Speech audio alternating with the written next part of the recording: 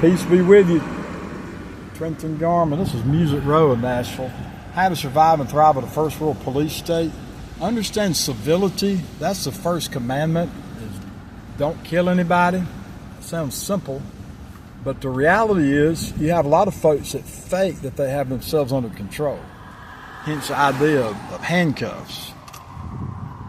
And I'm making this video regarding civility and benevolence because I'm a Christian. And yet a real good friend of mine, his dad, I'm friends with him and his son, the dad and the son, posted on a comment that he was surprised all these cops were around, I wasn't in handcuffs. And he's being serious and joking because I've been arrested several times doing demonstrations, but also being pulled over and arrested for DUI because I refused a breathalyzer. Now I believe inherently that the Bible says there'll be a form of a beast, an idol, that is probably this digital system and machines.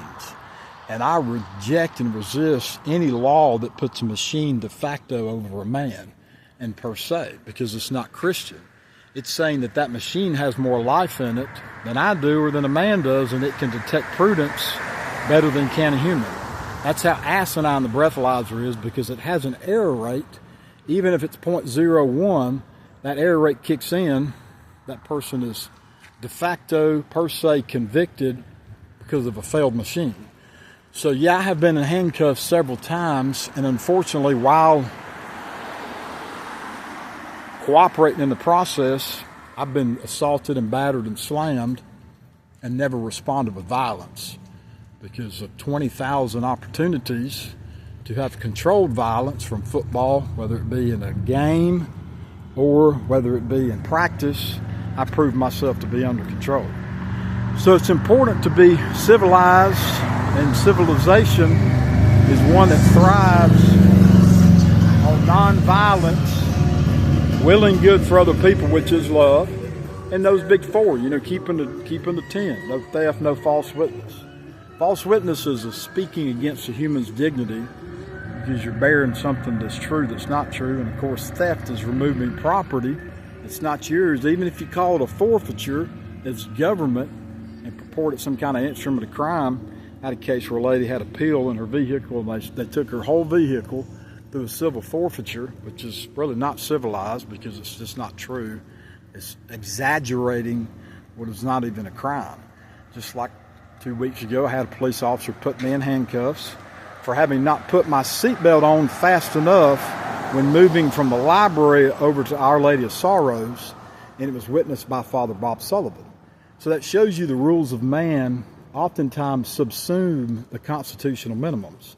See, the seatbelt rule, it's not a law, not constitutional. First or secondary, you couldn't even pull somebody over for not having their seatbelt on because it's their choice to not protect themselves, because the person thinks I don't need to protect myself for 0.2 of a mile pulling across the way. So this FLP cop thinks he was helping the law by between the library and OLS. I'd walked a lady from the church through the library parking lot and walked her to her car and walked to my own without even realizing he's not protecting anybody. He takes and puts my hands behind me in a form of shackles in the OLS parking lot as if I need to be restrained by some random dude that was watching me leave the library and not put my seatbelt on fast enough. Now he says, oh, it's just going to take 5 minutes. Another cop car pulls up into the OLS, who's paying them to protect us, and they put me in handcuffs. So there's also that intuition that goes with fake strength versus real strength. See, these people are pretending to be powerful and strong and orderly and having things under control by putting you subjected to them unconstitutionally. But really what they're doing is they're oppressing you.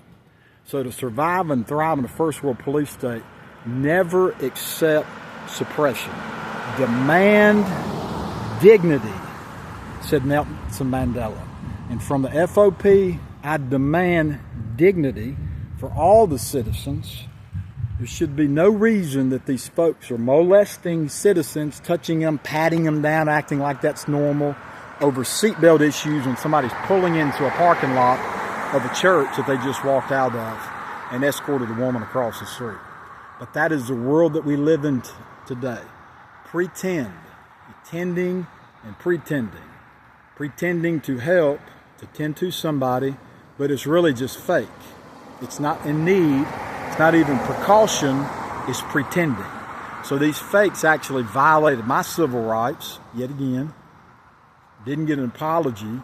They think that's par for the course, and yet another 5 minutes, which here I'm having to talk about it to explain it, and you have to think about it to pray it out of your spirit, times after it. So they in essence wasted 30 minutes, an hour, 3 hours of time thinking about the interaction where a police officer supposedly protected the citizens and me from myself by watching me not put my seatbelt on fast enough at OLS in Homewood, Alabama. Same police department that shot a kid in the back about 2 weeks before that. So if you fraternal order police, if you're not keeping the constitutional minimums or you're otherwise poorly trained, you are suckers and losers. Suckers of virtue and losers of your soul for pretending. And when you steal from the citizenry, even if the government tells you it's okay, that paperwork's going to indict you at the great judgment of your thefts and your oppression. So don't be a thief, don't steal. Theft is wrong in any form or capacity. Even if you have a badge and a gun on, it's still theft. It's still oppression when you put somebody in handcuffs unnecessarily who's proven that they're under orders. Yeah, I'm an honorably discharged vet, but these folks pretend that they're helping and bringing order when actually the fraternal order police, the more FOP you have, I'm not talking about sheriffs, but the more police officers you have, the higher the crime rates, because they stir crime, they stir citizens, they commit crime, not even knowing that they're committing crime, purportedly enforcing law. Civil forfeiture is theft from citizens, period. So domestic tranquility is the minimum. They should be securing that. And to survive and thrive in a first world police state, even if they slam you to the ground like they've done me and people mock you, stay benevolent. That's what Jesus taught. Stay benevolent, and ultimately the holy angels will remove the wicked.